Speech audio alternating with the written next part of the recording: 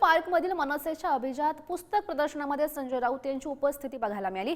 संजय राऊत यांच्यासोबत मनसे नेते संदीप देशपांडे सुद्धा उपस्थित होते। मराठी भाषा दिनानिमित्त मनसेचं शिवाजी पार्कमध्ये पुस्तक प्रदर्शन भरलेलं होतं।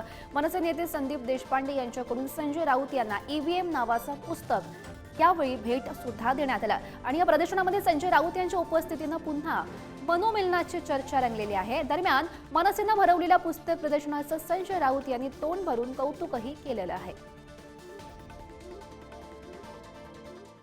तर याच पुस्तक प्रदर्शनाला भेट दिल्यानंतर खासदार संजय राऊत आणि मनसे नेते संदीप देशपांडे यांनी नेमकं काय म्हटलंय बघूयात। शिवाजी पार्कला शिवतीर्थावर असं प्रदर्शन होणं आणि त्या प्रदर्शनाला आपल्या मराठी लोकांनी मोठ्या संख्येनं भेट देणं आणि इतक्या मोठ्या संख्येनं ग्रंथ विक्रेते प्रकाशक यांनी आपले स्टॉल टाकणं ही मोठी गोष्ट आहे। मराठी माणसानं पुस्तक विकत घेऊनच वाचायला हवं, तर हा व्यवसाय जो आहे आपला तो टिकून राहील। मला असं वाटतं की एवढं मोठं प्रदर्शन प्रथमच मुंबईत होतं। 105 मराठी प्रकाशक एका जागी जमलेत, तरी प्रत्येक ज्यांचं वाचनावर प्रेम आहे त्या सगळ्यांसाठी पर्वणी आहे आणि राऊत साहेबांचं सुद्धा वाचनावर प्रेम आहे, त्यामुळे ते भेट द्यायला आले आणि आम्ही नेहमीच आपल्याला जी शिकवण आहे मराठी संस्कृती आहे, अतिथी देवो भव, स्वागत केलं त्यांचं।